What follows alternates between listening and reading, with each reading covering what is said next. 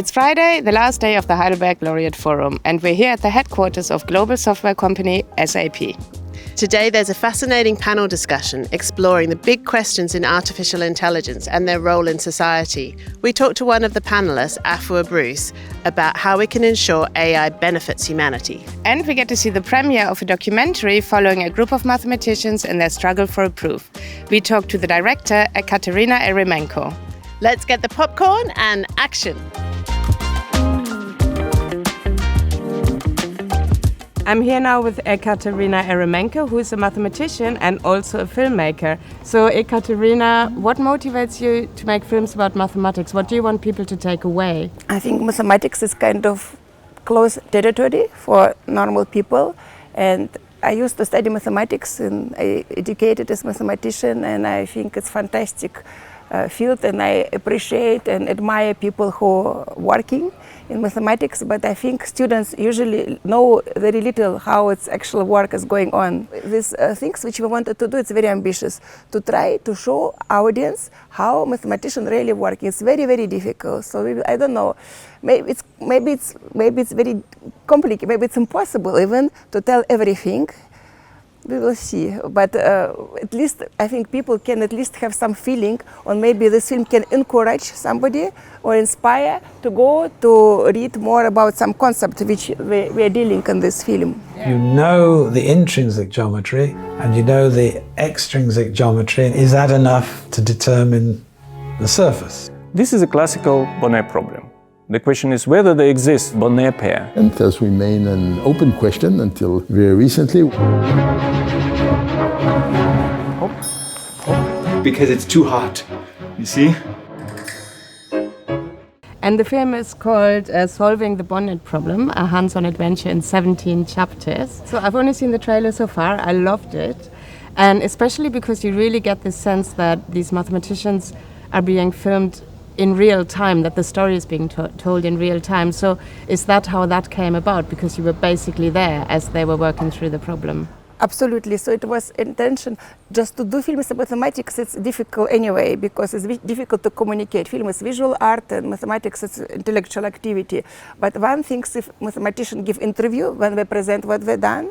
And another thing, which is much more difficult to capture actual work and also mistakes and success. And this is what we was doing. So clearly in the film, the mathematical challenge is solving the Bonnet problem. And there's a challenge of getting that across with the visualizations and things. But was there a dramatic challenge to make in this movie as well? And if yes, what was it?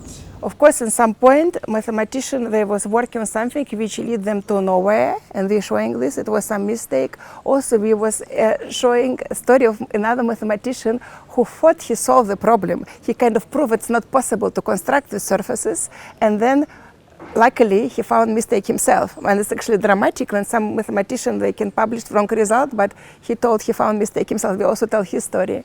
And also in this film, it's also lots of anecdotes, historical anecdotes, and I don't want to tell too much. I'm really looking forward to seeing it. Thank you very much.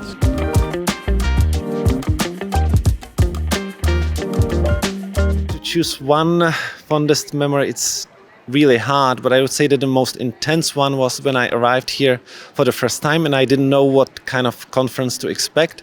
And then at the train station I suddenly saw a huge billboard advertising this event and I realized that I arrived to something really big. My favorite memory is actually about the energy, about people willing to participate and network, and the moment when all the laureates entered the room for the first grand opening. That was really amazing experience. You have gone on to some very exciting things since you were at the HLF. Can you tell us about some of the programs you've been setting up in South Africa? One of the things that emanated from my experience as a female mathematician was to ensure that we paved the way for other young girls to follow the path into science. And so what I had done in 2022 actually was launch a program that I called STEM Meant Her. So instead of the word mentor, we replaced the last three letters with HER. My aim is to have this program run at all 26 institutions in South Africa. And then, of course, well, why not go global with such a program?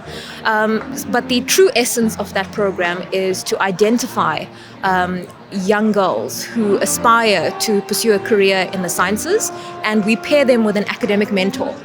And they receive this mentorship throughout the year with other tailor-made programs that we create for them. And so that's one of the programs that we're running. What do you think is the most exciting thing in your field at the moment? Okay, so I work with image processing of satellite imagery, and I think a really cool thing recently is a lot of companies are making, or companies or governments are making climate promises, or deforestation promises and things like that. And with satellite imagery or aerial imagery or images from drones, we can start quantifying if those goals are being realized or those promises are being kept. And so there's like a really cool way to like use these methodologies for climate change and making the world a better place.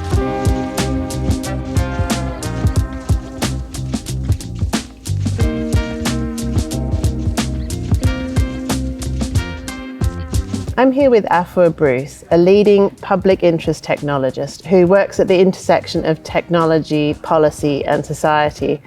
Afua, you're just on a panel discussion about ensuring artificial intelligence benefits humanity.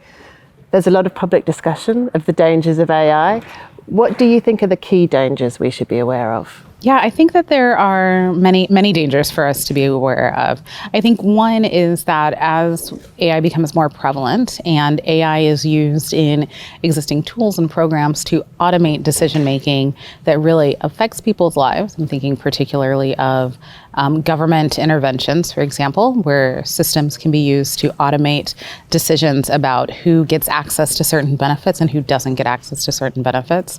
Or I'm thinking about medical systems where AI can be used to look at images and automatically determine who might have cancer, who might not, who might get access to medical care, who might not get access to medical care.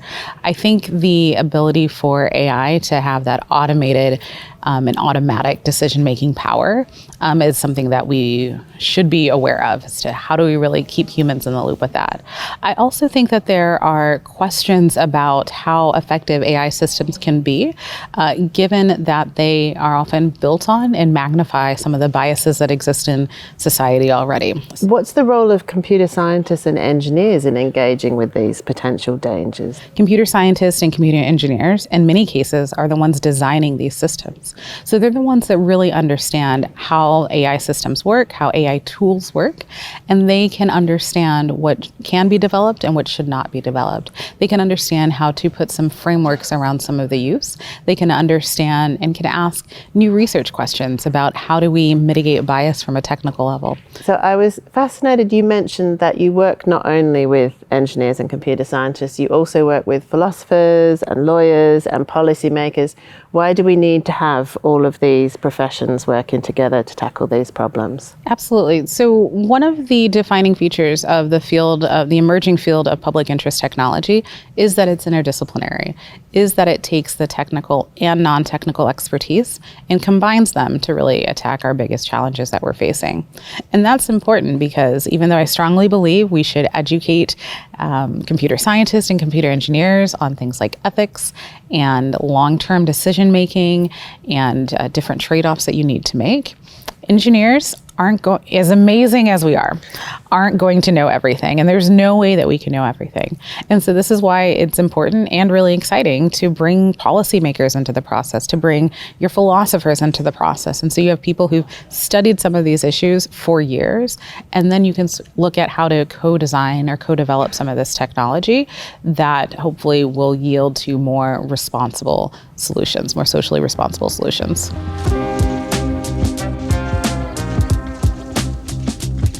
Young Researchers 2041. 300 journalists, like me. Nationalities 121. Blog posts 666. Dinner served about 30,000. YouTube videos 366. More than 90 laureates. 6 prizes. HLF bags 3,000. Numbers of coffee. Uncountable.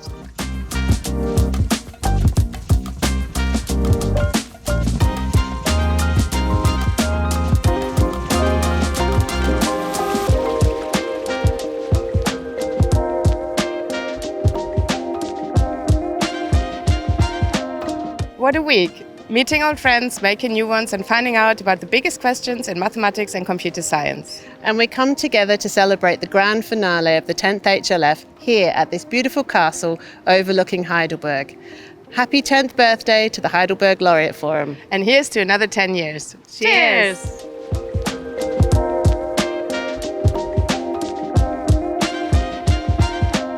So what did you enjoy most about the HLF? Meeting all the laureates and all the people from such diverse backgrounds. And also the boat party as well was really good.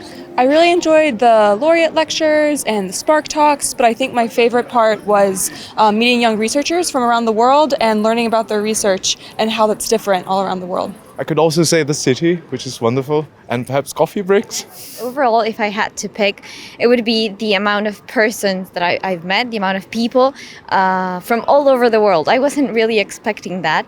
It has actually empowered me, to keep on going. And seeing young researchers like me has also given me the confidence to know that I'm doing the right thing.